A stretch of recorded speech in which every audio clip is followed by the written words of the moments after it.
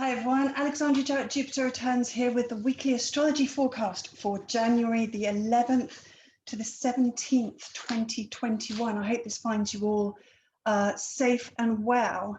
It's going to be something of a disruptive week. Again, I anticipate more so towards the beginning of the week. So my advice as of last time really is the best way to get the most out of my videos is to, if you can, if you've got the capacity and the attention span to do that, try and watch the video all the way through first. And then in the description box below, you will see that I put timestamps for each day because what I do is I go through the whole week day by day just to bring us in touch with specifically what's going to be most likely to be arising on that day. So ideally you would watch it all the way through first, and then as a reminder each day you can just click on the timestamp for that day, check in with just a real short snippet of information just to refresh your memory. But if you just do that, then you might miss some of the bigger context. So if you have got the attention span to give it the whole go in one sitting, then please do. I think you'll get the most out of it that way. And as I mentioned last time as well, just very quickly before I start, I will in the very near future be running a Zoom session on casting your own birth chart and using your birth chart alongside my forecast or any astrology forecast for that matter.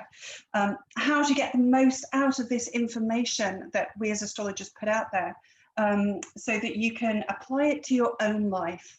Without having to have a consultation with an astrologer every single month.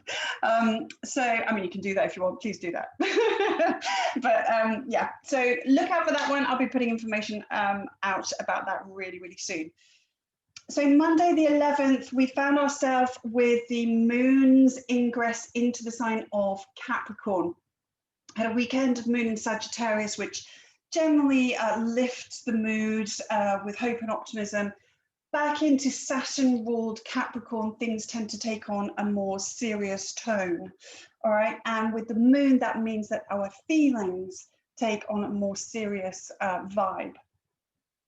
Generally, feelings of restriction and lack, feelings of isolation, loneliness, these kinds of feelings can come up more with the moon in Capricorn. And there can be a greater kind of public awareness of, you know, the system, the structure, all of that good stuff that is very, very apparent in our day-to-day lives at the moment. But also ultimately where it is we're headed in life. You know, ultimately what are the big goals? Where are we trying to make our name for ourselves, and what are we trying to accomplish in the material world?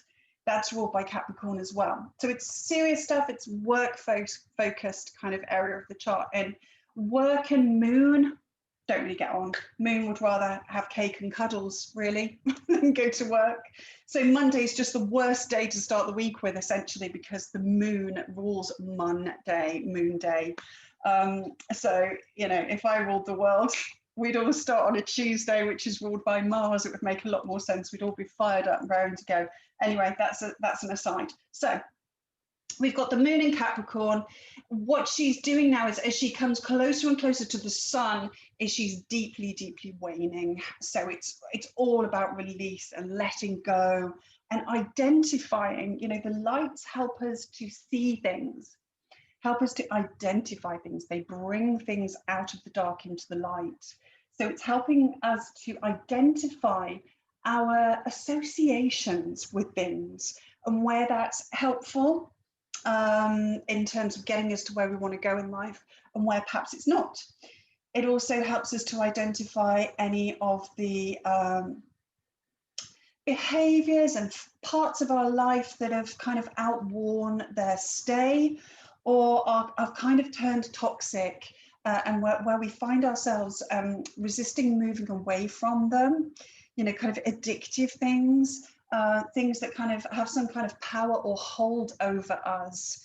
And sometimes that's because we've given away our own power, in fact, and we do that in lots and lots of ways. So just bringing that to our attention so that we can release those things That's the wonderful benefit of the moon, as she's really, we're coming into the dark moon, you know, the balsamic phase. So it's really about release and letting go. So if you identify something, now is the time to, you know, having the intention, but particularly with Capricorn, doing something practical to assist that on its way, you know, to really help it along out of the door. Don't let me stop you, that kind of energy. So that's going on in bucket loads today. The moon has been, she's connecting up with Venus throughout Monday, and then together they're forming this trine to Mars. So this is calming Mars's haste down a little bit, but Capricorn is a cardinal sign, and Mars is a cardinal energy. So there is kind of like a desire to take action, to make something happen, to start something, to initiate something. And as I mentioned on my Instagram post at the beginning of the day, really is best to try and capture that energy into getting rid of something, you know, that's proving to have outstayed its welcome in your life. But yeah, Mars will have a bit of a soothing effect on Mars. So instead of him going off all hot-headed and excited and angry about something, she's just saying, okay, let's harmonize the desire to want to make something happen, and put into it something a little bit more gracious, perhaps, or graceful, a little bit of beauty, a little bit of grace into the situation, rather than just going off half-cocked kind of thing. So the moon is continuing her journey. Now, what we are all very, very, very much influenced by at this point in time, sticking with this Taurus area of the chart, we have got squares now from, so we've got Saturn very early on in Aquarius. So Saturn is the rules, the authorities, the restrictions, the limitations, blockages, boundaries, all of these kinds of things in hard aspect, which is essentially what we're dealing with Saturn right now. He's really only making hard aspects at this point in time. So that would be the conjunction, square, opposition, the ones that give us some work to do, essentially, which is what Saturn's all about. Now, Saturn is applying to a square with Mars, and I'll come on to talk about that. We also have Jupiter in an applying square to Uranus. Mars is moving much, much quicker than Uranus. So Mars is going to catch up with Uranus very soon. So we're feeling that as we're being drawn into it. We also have to take into consideration at this point in time that Uranus is slowing down, all right? Uranus is soon to station direct. So as you may already know, when a planet is stationing to either go retrograde or to go direct, the influence that that planet has is vastly increased. So as the days move on, the influence of Uranus, and therefore the connections that are being made to other planets, is going to intensify. So Uranus is about instability, all right? This is radicalization is essentially the need for change, but in a very kind of erratic, unstable, rebellious kind of way. So obviously we're seeing this playing out in terms of the political scene, the situation with regards to the COVID crisis. You know, there's this upsurge, this upswell of rebellious kind of sentiment out there in the world because of this Uranian energy that's coming along. Now, ultimately, Uranus wants to shake us out of the ruts that we've got stuck in life. He wants to facilitate our authentication, our, you know, coming back to the truth of who we really are, and breaking through all the conditioning that we experience throughout our lives to allow our kind of unique freak flag to fly. Essentially, that's what Uranus is all about. Uranus is not fitting in. it's not being conventional. It's definitely not traditional. It's all about progress, moving things forward. So it doesn't like the old ways. It doesn't like the stale ways. It doesn't like the traditional ways. And so there's this upswing of rebellion. The difficulty we've got, though, is that with Mars alongside, Mars is very primitive energy. All right, it's anger, it's violence, it's rash and impulsive behaviors that include speed, aggression, machines, mechanical things are often involved with Mars. It's that masculine fight or flight kind of energy that says, you know, kill or be killed. And it doesn't stop and think. All right, it doesn't say, well, is this the right course of action to take? It's that very survival instinct that's like, no, I've got to do something now. It's also very egoic. So Mars is all about what I want, and I want that now. And I'm not really interested in anything that runs contra to that. So the closer Mars comes to Uranus, the influences of these planets are merging together. So we've got the instability, the shock, the surprise, the rebellion of Uranus coming together with this egoic, rash, impulsive, violent energy of Mars. So we can see there all the potential outcomes of that. And obviously I'll fill out that picture a little bit as we go through.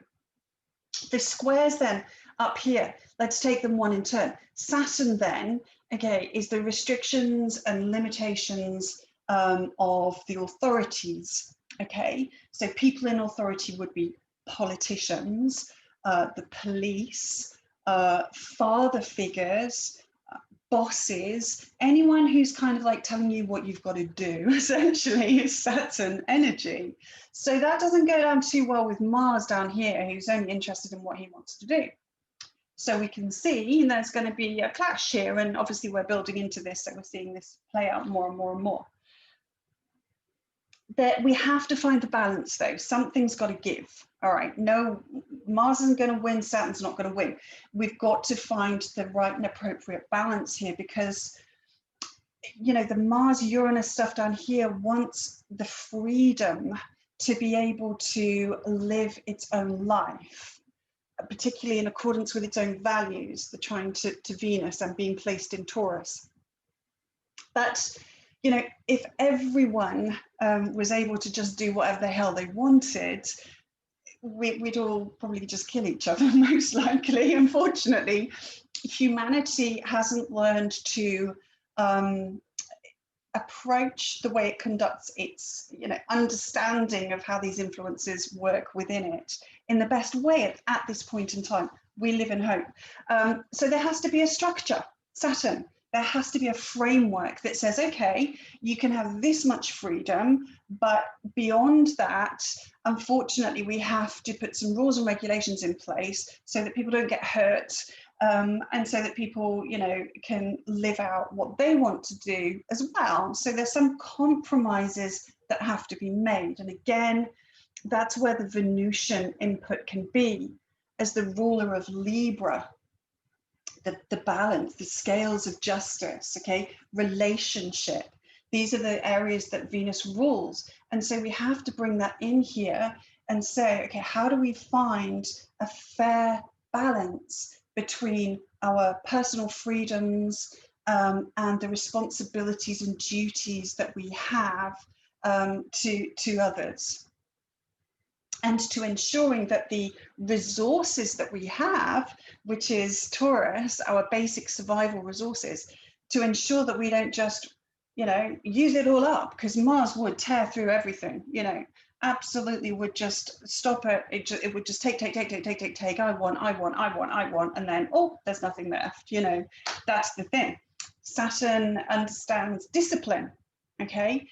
Saturn, you know, this part of the chart is certainly here in the Northern Hemisphere, it's the middle of winter, and Saturn's discipline really comes into its own here, because it says, you know, you've got to be careful, you've got to measure out your food and your resources to ensure that you're going to make it through all of winter, you just gobble it all up at a big, you know, Christmas party, then there's nothing left to see you through till springtime when you can plant more crops.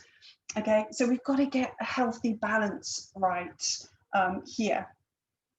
And we're trying to negotiate and find that balance as a community, Aquarius, but unfortunately, you know, it's in incredibly disruptive ways right now that we can all see it playing out. So hopefully you're not getting too drawn into that, and hopefully there won't be too many casualties, many more casualties, because of course there already has been. Then we throw into the situation, so we've got Saturn there and the authorities. Jupiter there is our beliefs, okay? Jupiter rules our personal philosophies and worldviews. And he's optimistic, he's hopeful, he wants the best, he's very generous, he expands things and brings growth and opportunity and lots of wonderful things.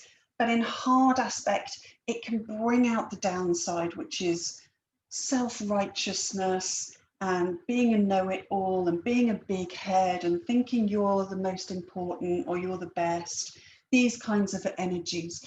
It also rules law. So there's a legal kind of aspect that's coming in here. It rules politicians and the people who are in the kind of the, let's call it the elite, if you'd like. And it rules our beliefs, fundamentally, our beliefs and how they are kind of broadcast. It rules publishing. So how wide and far can that spread, okay? Jupiter likes to make things go far. It likes to cast things into the wind, particularly in an air sign like Aquarius, and see that those seeds spread far and wide. Then we've got Mercury involved in this little pack now. Mercury is obviously communication, travel to some extent. It rules matters related to health and healing as well, and that's something else that's important today and in fact all week. But also again in the hard aspect, like when we have Mercury retrograde, it's the trickster. So he can change things around, he can meddle, he can mess with things. So we're not getting the best out of Mercury right now. Put Mercury next to Jupiter, and what have you got? You've got like a loudspeaker. You've got an exaggeration of information. You've got, you know, a lot of beliefs about information and data and the use of it. So of course, you know, we're seeing this playing out, you know, Donald Trump being banned from every social media platform, of course, Aquarius being our networks and our groups and our way, you know, all of our social networks and the digital world. So Saturn being here, bringing that limit and that restriction and saying, well, actually, if you're going to use that platform to encourage, taking it at face value, I say here, if that resource is going to be taken for granted and used as something that you have complete freedom within, you know, there's no restrictions, there's no responsibilities, there's no duty to any consequences that may come as a result of the words that you put out there, then we have to stop that if that then turns into something that's harmful. And in fairness, looking at both sides of things, you know, we've had an environment in recent years where the social media platforms have come under an enormous amount of pressure, which is a Saturn thing, to be more responsible around what they allow in terms of conduct, you know, bullying and harassment and paedophile predators and all these awful things that can be allowed on social media when there aren't rules and guidance and restrictions, when it is, you know, absolute free for all and we have this total freedom of speech. You know, freedom goes hand in hand with responsibility. Yeah, this is the whole Uranus Saturn square. Freedom goes with responsibility. So, you know, if you think that freedom is something that literally, you know, Jihadi John can show up on your Facebook feed in the morning beheading people, that's freedom of speech, that's freedom of media. But is that something that we want? We have to draw a line somewhere. And yeah, so we're negotiating that particular battleground, and we will continue to do so for a little time. So that's kind of like, what we've got sort of showing up there in the squares, and they will intensify as we go through the week. Essentially, Mars is what I want and what I think is my right to have, especially in Taurus. Taurus likes things. Taurus likes material things that we can use to survive, essentially, say food and money and housing and clothes and all the basic resources of life. So our views on what we feel are the basics, what we should be entitled to have with Jupiter here is something that's we're going to have hard lessons around it. Essentially, we're going to have hard lessons, and I'm of the opinion that anything that is above and beyond what the majority of the world has is a luxury, which is a Jupiter thing. If the majority of the world is living on poverty wages, and they don't have healthcare system, and they don't have education, and they don't have enough food and clean water, then anything else that we're moaning about essentially is privilege. We don't have a right to these things. We're just incredibly lucky. We're very, very lucky to have those privileges that, the accident of our birth afforded us in terms of our geographical location. But that's going a bit personal. So, all right, as we move then into the rest of the week, we've also got a greater emphasis from Jupiter building with a sextile from Jupiter to Chiron. So Chiron obviously having two main themes. Firstly is that of healing, and secondly of educating. So teacher and healer were the two kind of roles that this centaur we know as Chiron had.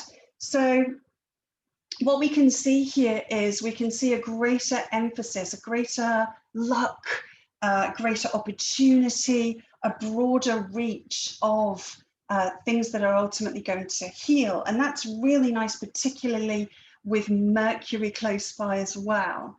So I've got very mixed opinions about the vaccine based on my own experiences with vaccines. And I hold space for all of the different arguments in the debate around vaccines. So just to put that out there from the start. But this is encouraging, just looking at it purely objectively from the point of view of the astrology, is that, this does speak to, a larger access to something that's going to bring about something of a healing nature, be that the rollout of the vaccine or vaccines, or just an increase in our medical understanding of the illness itself, because Jupiter is higher wisdom and Mercury is kind of the individual facts and little pieces of information. So when they're side by side, it can really, really aid with understanding something, and particularly in an air sign like Aquarius, because that gives the remit, the kind of the influence to these characters as being that of an Aquarian nature. So thinking of something radically different, something we hadn't considered before, being able to think in a fresh and original new way, and approach the need for healing in a different way, or a new way, or an exciting way, or a progressive way. So that's really, really encouraging energy that I see today showing up as well. So that's Monday, but that does continue as well for some days' time. So moving into Tuesday then, the square then between, let's just shift this lot off. I'll keep that sextile there just to give us that reminder that there is some good things going on in the background. So on Tuesday, the square aspect between Mercury and Uranus goes exact. Now, here in the UK, that's around about 3 p.m. So I imagine tomorrow, this might be, usually we feel these interactions, these aspects, as we call them, more so as they're building. So as we're moving into them, the peak moment comes and then it tends to sort of dissipate fairly quickly afterwards. So I anticipate overnight and into tomorrow morning will be where we sort of pick up this energy the most. So what this energy is then is shocking or alarming information. Okay, so a hard aspect between Uranus and Mercury might bring us some news that is really quite destabilizing in some way, I'm sorry to say. The good thing about Mercury right now, though, is he is moving very quickly. So his involvement in this situation is sort of changing. I mean, he's moving like about 2 degrees a day at the moment, like really, really quickly. So he's not going to be around too long. So this particular aspect won't last very long, but this could really produce some difficulties online. There could be, particularly with Mars coming alongside, cyber attacks around your data, your information, privacy. So please be careful online. Really shocking kind of conversations, surprising information coming to light, that kind of thing. So anything with a sort of an unforeseen or shocking or just unbelievable kind of nature to it in terms of communication that we might receive. With Jupiter alongside it, right, it might actually give that the potential to at least be something, you know, it could be very surprising, but it might be good. You know, Jupiter's influence might pervade this scene, and it might stimulate us to have some kind of original communication, let's say, to find a way of communicating an idea in a new or original way, something like that. But essentially, I'm just watching how these squares have been playing out. Really, I think that it's just going to magnify what's happening between Uranus and Mercury. So it's not a day tomorrow really to expect a great deal of love and peace on social networks. Yeah, and it's very, very nervous energy. So whether you're on social media, whether you're listening to the news, whether you read the media, whatever, your nervous system is quite likely to be picking up on this energy. Uranus is essentially like Mercury on steroids, and they really do tap right into our nervous system. So it can leave us feeling agitated, anxious, high blood pressure kind of situation, really kind of shaky, ungrounded, unstable, all of these kinds of things. So it really is a wonderful time to, there's 2 perfect ways to help assist with the situation. We've got an air sign and we've got an earth sign. So the 2 practices that you could take advantage of would be grounding, whatever it is that you do to ground, get present in your body. With Taurus, that's what we really need to do. Use the 5 senses. Think to yourself, what am I tasting right now? What am I hearing right now? What am I,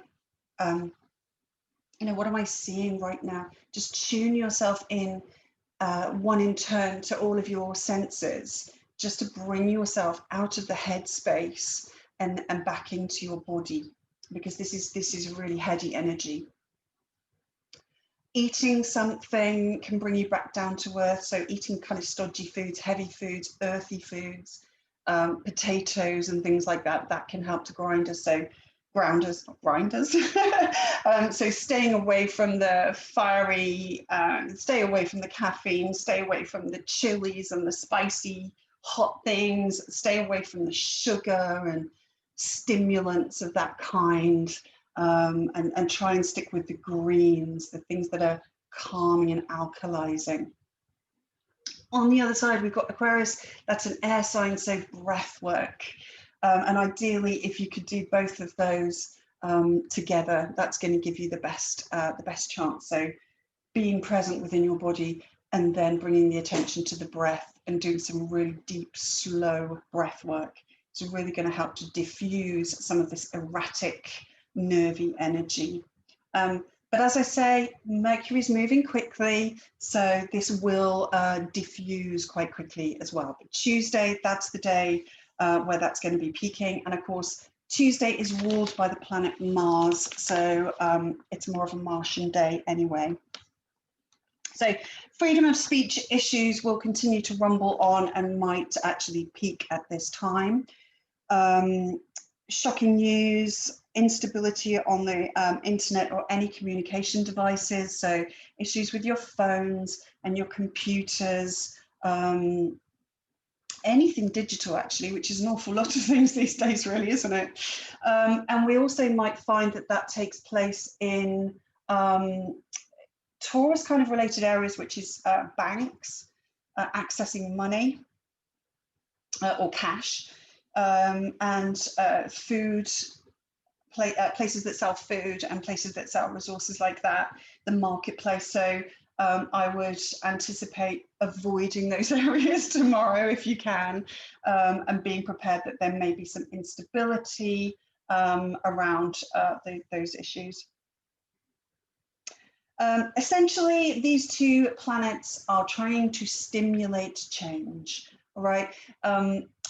But we can't just have change for the sake of change, all right? And that's how it will play out unless we apply some greater consciousness to it. So we have to know what it is that we'd like to put this stimulation into. It's like, you know, we put a plug into a socket to connect it to this, you know, this vibrant electric energy. But what is it that you're trying to power? What's the appliance at the end of the lead, you know? What is it that you're trying to tap into here to bring about change? Something to give consideration to, because if you're not using the energy, it will use you. And that's not what we want at all. So throughout the day then, on Tuesday, Moon will be again releasing. She's coming into, you know, the peak point, or the next peak point of her lunar cycle, which of course is the new moon. So as we move overnight then into the 13th, Wednesday the 13th, 5 a.m. here in the UK, the new moon will take place. This is a very powerful new moon. This is taking place at 23 degrees of Capricorn. So find 23 degrees of Capricorn in your chart. What house does it occupy? What planets are alongside? Do you have angles in Capricorn? These are all the things that if you don't know what I'm talking about, don't worry. I'm going to cover that all off in my Zoom session that I'm planning soon. But essentially, this is a brand new start in that area of your life. Okay, so whatever planetary involvement, whatever house it's in, that's where you want to be setting the intentions of starting something new. There's two really powerful things about this new moon. Every new moon is completely unique. So firstly is the fact that it's taking place at 23 degrees of Capricorn.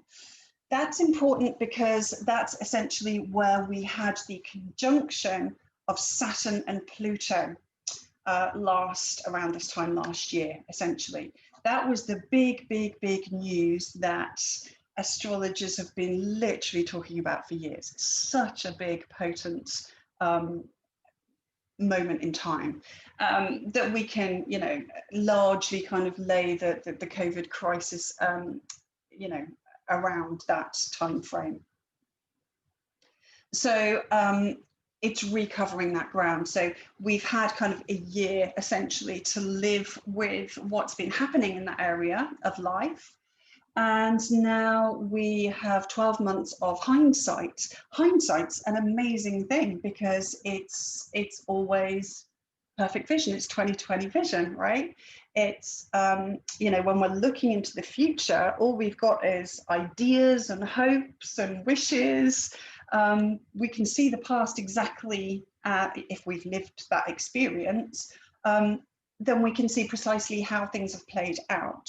So that gives us a really good advantage, because then what we can do is we can use the, it's an inner process, the new moon. It's a time of going within. It's a time of introspection, a time to be on your own, and just give some consideration to what has been happening in that area of your chart since the Saturn-Pluto conjunction last year. What have you learned and experienced that's now informing you in terms of the structure that you'd like to be part of creating going forward, basically. So what are the ambitions? What is it that you're trying to contribute to the community? What did you come here to support? How do you support, you know, the collective? Alongside, we have Pluto. Pluto being the planet of death and rebirth, of transformation. So if you're wanting to make some change, having a new moon alongside Pluto literally couldn't be better, you know, because you can really capture in that very deep, very intense energy of being 100% committed to bringing about change, and very lasting change as well, because we're in the sign of Capricorn here, which rules things that endure, things that, you know, happen over the longer term. And that may well mean that, you know, some of these ideals that we have take a while to come into fruition, but that's okay. You know, Capricorn is all about tenacity, and just, it doesn't matter how small the progress is towards the goal, as long as I'm making progress, that's the main thing. All right, so patience. We all need to get very grounded and very, very patient right now, because with this much Saturn energy around, not anything big is going to be, not anything, change isn't going to be happening fast, essentially. That's the Saturn influence. It's going to be limiting and impinging upon forward movement. So play the long game and take your time. Get really, really into the idea of, no matter how long it takes, I'm going to be completely dedicated to bringing about this transformation in my life. That would be the way to channel that energy. So let's have a look what else I've got. Yeah, so that's around about 5 a.m. We also have in the background to that one, then we have the Mars-Saturn square, all right, or the first of the Mars-Saturn squares. And that's going to perfect at around 10 a.m.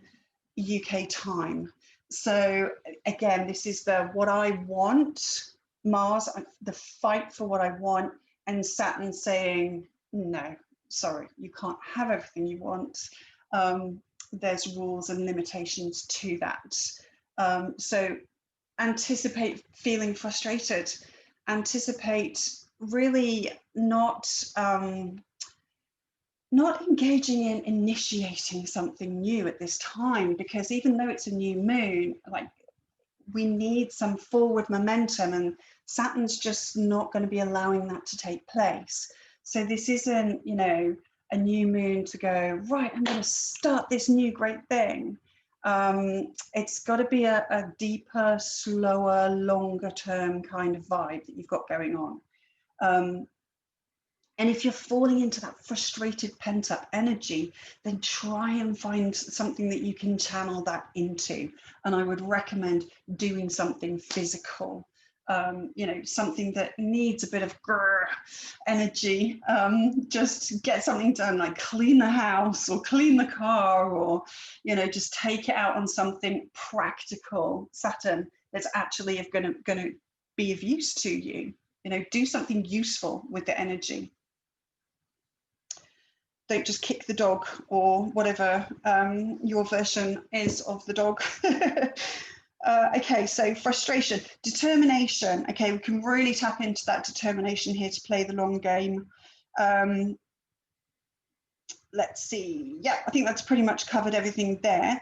So then as we move on to Thursday, we've got the moon will then ingress into Aquarius.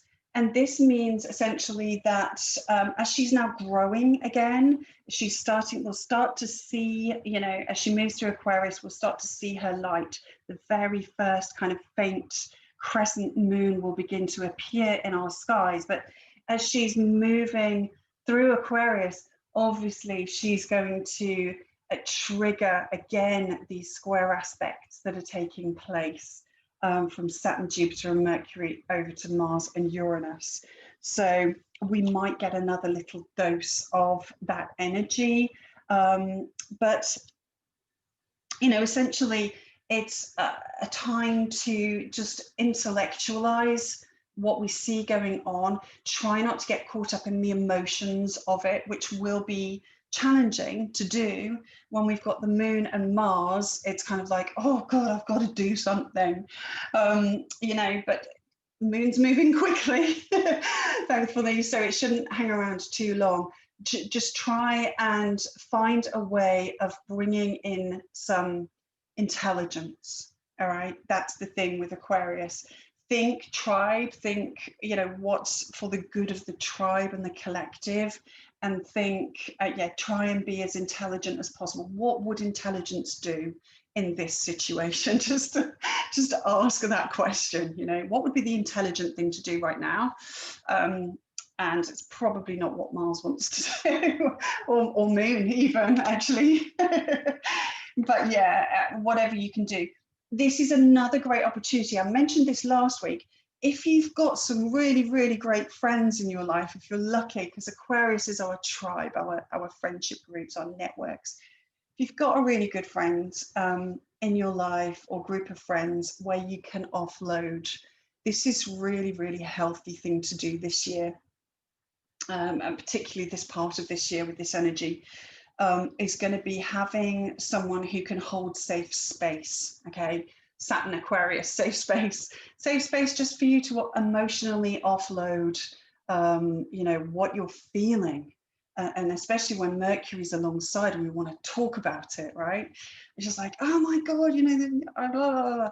Just let it all out. But instead of having a rant on Facebook or getting into an argument with someone or having some road rage, that would be another way that this Mars energy could play out. You know, actually having a relationship where you show up as this person for other people and they show up as that for you, and just having that safe space where anything goes. There aren't any rules, no one takes anything personally. It's literally just freedom of speech, but in a safe container of conscious people around you that can see beyond the words, essentially, rather than kind of getting personally triggered into them. So that's a really helpful way. If you're lucky enough to be able to create that scenario in your life, I heartily recommend it. Apart from anything else, it can be hilariously funny when the emotions have been you know, calmed down and released. Actually, you know, when ego's really kind of put aside and diffused, we are incredibly hilarious beings when we're this riled up. And so there's endless possibilities, which is Jupiter, for great mirth and merriment. If you've got that kind of sense of humor like I do. So yeah, so that's Thursday. So we've got Jupiter and Uranus being activated again, and Mars, Saturn being activated again. Sorry, that's Friday. The other thing about Friday, actually, with the moon's journey, as she's moving through Aquarius, whoops, Saturn's not behaving. As she moves through Aquarius, she's going to spend pretty much all of Friday what's known as void of course. So this is where she won't be making any major aspects to other planets. So again, this is an indicator of not initiating anything. If you want to make something happen, I wouldn't start it Thursday or Friday at all. You know, don't launch something, don't try and resolve something, you know, it's just a, you know, just sit back and observe. Because when the moon's void, of course, we tend not to get the outcome of something that we're trying to make happen. So yeah, there's that additional factor into it as well. As we go into the weekend then, okay, so what's going to happen? These squares are going to be playing out for a little while yet, so just take that as read. But I just want to draw our attention back to our good old friends, the karmic fated points known as the South Node and North Node of the Moon, where they currently are positioned in the signs of Gemini and Sagittarius, and in a deepening square aspect to Neptune there in Pisces, because this really is the mood music of the moment of time. This is kind of the undercurrent that everything else is kind of happening on top of, really. So when the moon moves into Pisces, so she'll be in Pisces all weekend. So, you know, she's really going to be activating this energy. You know, moon in Pisces essentially taps us into those undercurrents anyway. People with moon in Pisces in their natal chart can be quite psychic. They can just pick up on vibrations and feelings and just know exactly what's going on inside another person without them, you know, having to say anything at all. So it's very, very sensitizing energy. This is the energy that taps us into the way in which all of humanity is connected to each other, all right, like the oceans. Neptune connects us all. And depending on the state of the collective, that can be a really good thing, or it can be a not so great thing. I would argue at this point in time, it's probably not ideal, but we can't really help that, can we? Because that's where the moon is, and so we have to work with it. So if nothing else, it gives us the opportunity to put this part of life under the spotlight of the moon, and just consider what's going on just for a second. Just have a think about what's happening as a collective rather than just your own individual microcosm of the world. So the collective sentiment is something that's going to be washing over us. What we have with Neptune energy is it's our faith, essentially. What's the state of the collective faith system in the world? Do we even have one, to a large part? All throughout time, every culture has always had a faith system of some kind. It's always had something that it believes in that's outside of itself, you know, a higher power of some kind, even if that's, you know, not like theistic, if it's nature, or if it is, you know, a religion, be it, you know, with a one god or many gods, whatever it might be, a belief system. I have to believe in something. And increasingly, I feel that certainly in the Western culture, we've moved away from that. We've moved, you know, belief is also a Sagittarian kind of thing. It's our philosophies of life. And so you can kind of look at the polarity of Sagittarius and Gemini, which is being activated by the lunar nodes at this time, as being the age-old kind of crisis of religion versus science. You know, Gemini is ruled by Mercury. So it wants to do the experiment and work out, how does this work? You know, why, when I put that in with that and set fire to it, does this happen? You know, it wants to cut things up, dissect things into all the little pieces and work it all out how it works. Wants to understand it in a very practical way. Whereas Sagittarius, which is ruled by Jupiter, doesn't. It just believes. It just knows. Okay, it's gnosis, it's knowledge, it's wisdom. Okay, so this is kind of the religiosity side of things, and Sagittarius rules religions and belief systems and other cultures, all right, and philosophies. So what we have is we have the battle of beliefs and sort of, religion and, science and information. And call me a fence sitter, I don't mind, but I like the middle ground. I think there's benefits to everything. Everything has its place, and we get the best out of the signs when we meet in the middle. And this is essentially what the lunar nodes are trying to do. They're trying to use what's gone before the south node to inform where we're going in the future. All right, so we don't throw the baby out with the bathwater and say, oh, the past's all done, let's be done with that, and just rampantly go towards whatever feels good. That would be the downside of the nodes. What we're trying to do always is find the middle ground of where they work well as a team. All right, a compromise. So when we have a planet that's activating that middle ground, okay, because we've got this square making a T-square, as it's known, this planet is saying there's an issue here that's stopping that from happening. So this is a big part of why we have such a radical polarization at the moment within society. It's kind of like very black and white. You're either with us or you're against us kind of thing. So we've got this, this middle point being really, really activated. When Neptune is in a hard aspect, we tend to see the less desirable effects of Neptune. Those would be when Neptune essentially blurs things. It makes things foggy. It's very, very difficult to see things clearly and see things with any sense of truth.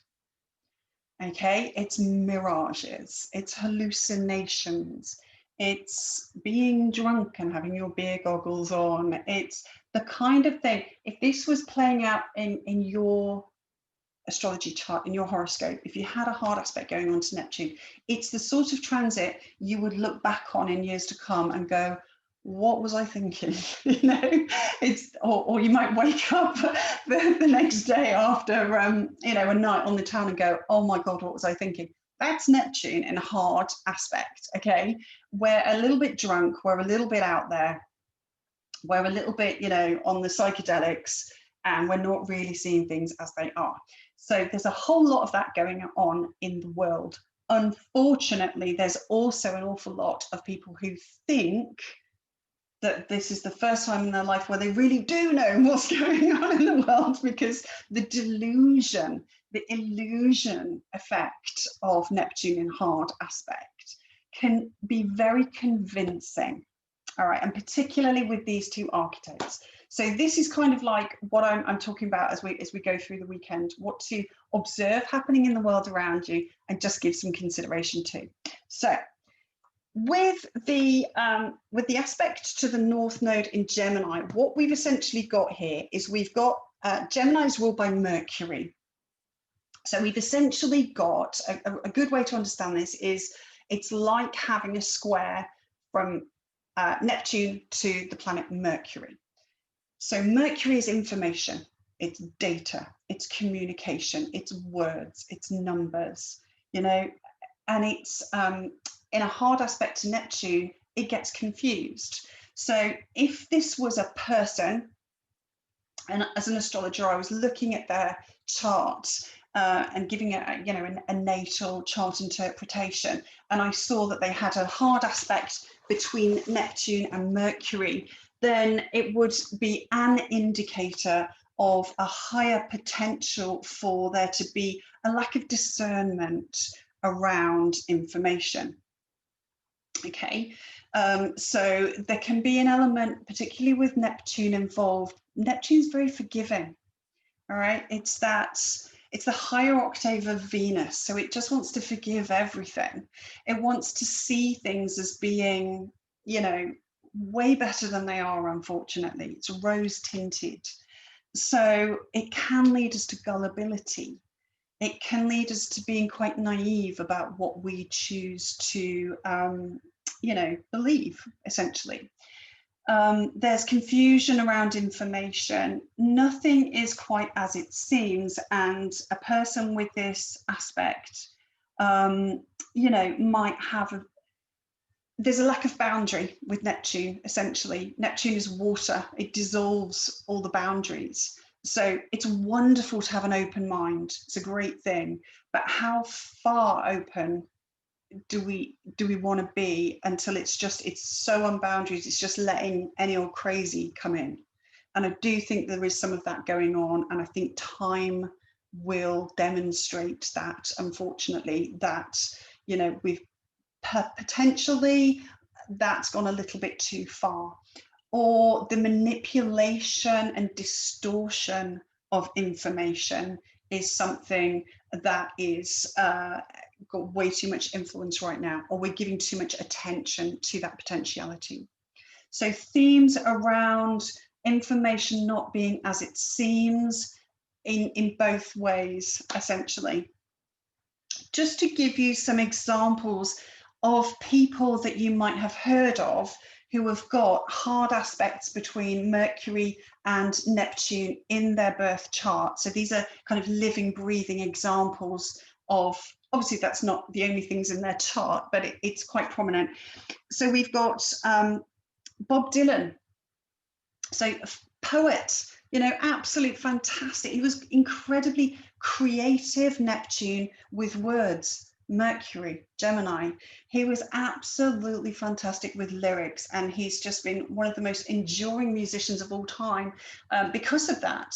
And also his words were infused with a belief. He was one of the early folk protest singers. So there was that kind of that belief energy to his words. And it was, the words of peace and love, which are all Neptune kinds of energies, fairness, equality, these kinds of philosophies. So we can really, really easily see that within his chart. Also, Jim Morrison, okay, lead singer of The Doors. Again, very, very, very creative, huge imagination, another poet, essentially a modern day poet. And with the hard aspects of Neptune, we can see the abuse of psychedelic substances, abuse or use, that's a subjective thing, I suppose.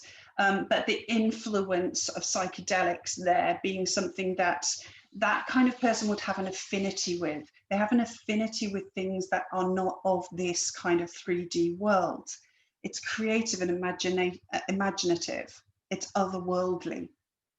Okay, and that can be a great thing if you're writing music, because that's what we want music to do. We want music to take us out of our mundane lives and transport us into a world of feelings somewhere else. So there's a couple of examples. And the other example that came up is Donald Trump. He has this square between Mercury and Neptune in his natal chart as well. So make of that whatever you will. On the other side then, so the other square that we've got going on is up to Sagittarius. Now, Sagittarius is ruled by the planet Jupiter. So what we're looking at here then essentially is, Jupiter in square to Neptune. And these have a little bit more affinity with each other in actual fact, because Jupiter is the co-ruler of Pisces along with Neptune. So they have kind of some crossovers, some similarities. They tend to both be generous. So the forgiveness of Neptune, we have the generosity of Jupiter in hard aspect like this. So again, if we use the example of if this was in someone's birth chart, what kinds of behaviors might they have in in isolation from the rest of the chart. So Jupiter in hard aspect to Neptune, false prophets, so false gurus, false messiahs, whatever you want to call them. Jupiter is God, Jupiter is God, or Jupiter sometimes likes to think it's God. It's very influential. It has a very far reach, and they can be very, very charismatic people. You know, people, if you've got Jupiter in a really nice aspect in your chart, then people like you. You know, you feel warm and fun to be around, and there's a kind of a draw. You draw in people. And it can be as a kind of a wise person, like, oh, this person knows something. You just give off this aura. So with the hard aspect there to Neptune, you're looking at things not being quite as they seem again. So false prophets, false messiahs, false gurus, you know, and people that will use that power for wrong, you know, for wrongdoing. Martyrdom is a feature of this kind of character as well. So, you know, sacrificing themselves for their beliefs. You know, Jupiter is our beliefs, and Neptune can be sacrificial.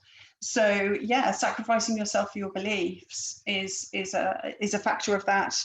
Inspirational characters, so they have a lot of influence over the collective, Neptune. Over generosity in terms of what we put our faith and belief into, that can be another factor. And having like really unrealistic ambitions, overreaching ambitions or philosophies or beliefs. You know, like it does just need to be brought back down to earth. So what we've kind of got at this point in time then is we've got a vacancy. We've got a gaping hole in society where we've moved away from living a spiritual life and having something outside of ourselves to believe in, as, you know, the patriarchal structure of religions has kind of pushed people away. And essentially, you've probably resulted in just having people that don't believe in anything at all, rather than just looking for an alternative to the mainstream religions. So there's almost like a spiritual void within the community, within the collective, and people need something to believe in. Fundamentally, we all need to think that there's a point to all of this, right? You know, when you're having Neptune transits, those are the questions you ask. What are we here for?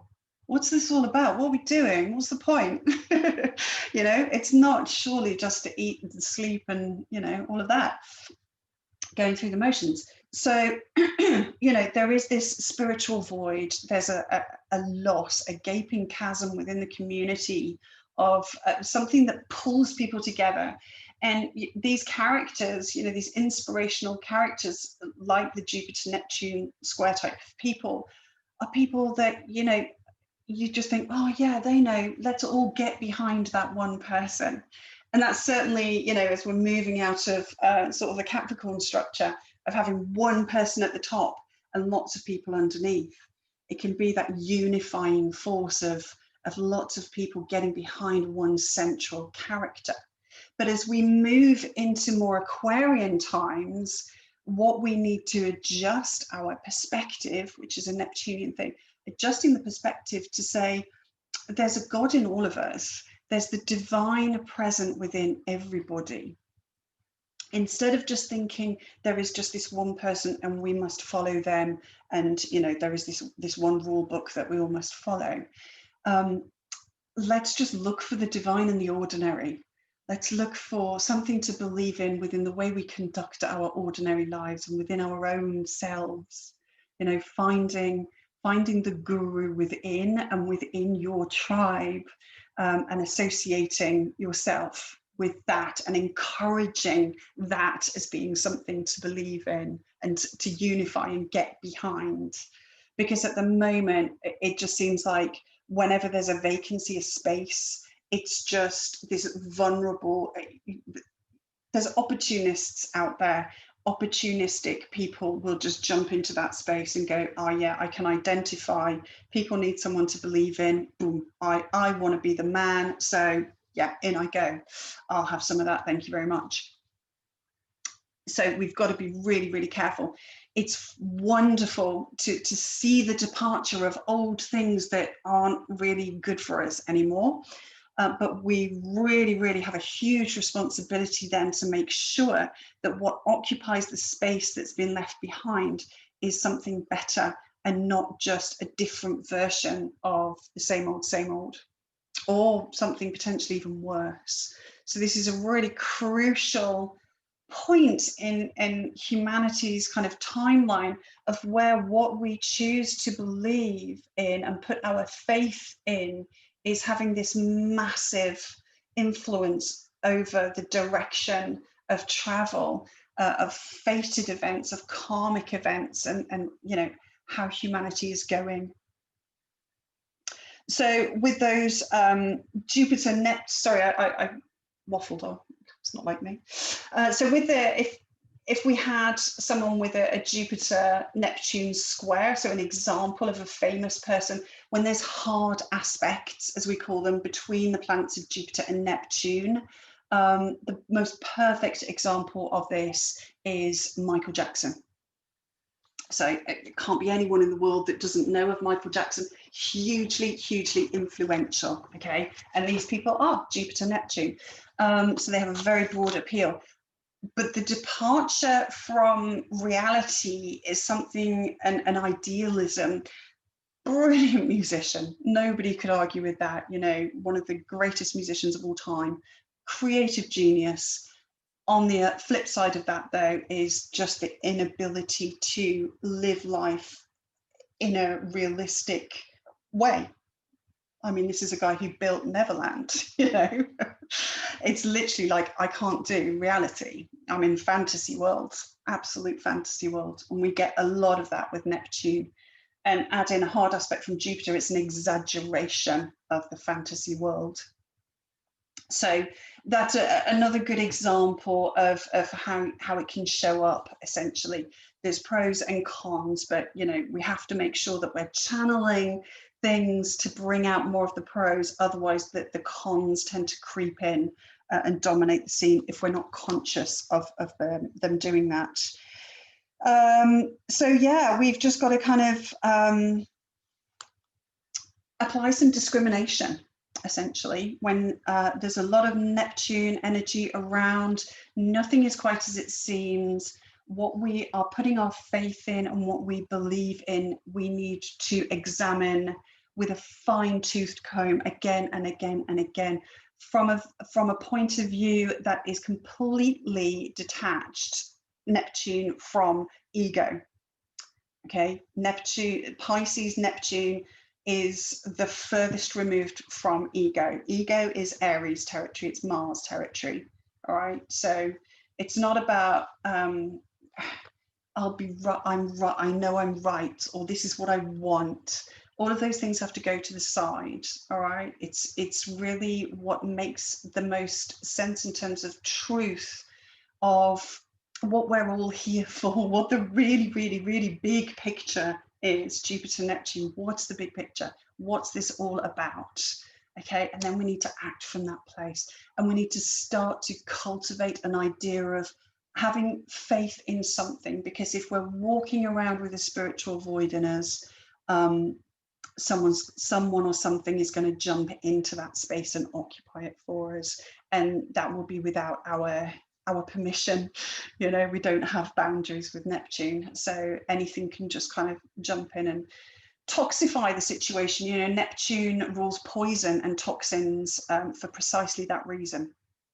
So let's kind of clean out our belief system and get behind something that's truly loving and compassionate, and it truly is befitting of a species that has the amount of incredible potential that we as human beings do have, I believe. Anyway, I hope that's of use to you. As always, if it is, please do give me a like or a share or a love, or leave a comment. It really does make a massive difference. Unfortunately, the world is ruled by algorithms and the algorithm likes clicks. So give me some clicks if you like what I do, and I shall see you next time. Stay grounded, stay calm, lots of love. Bye.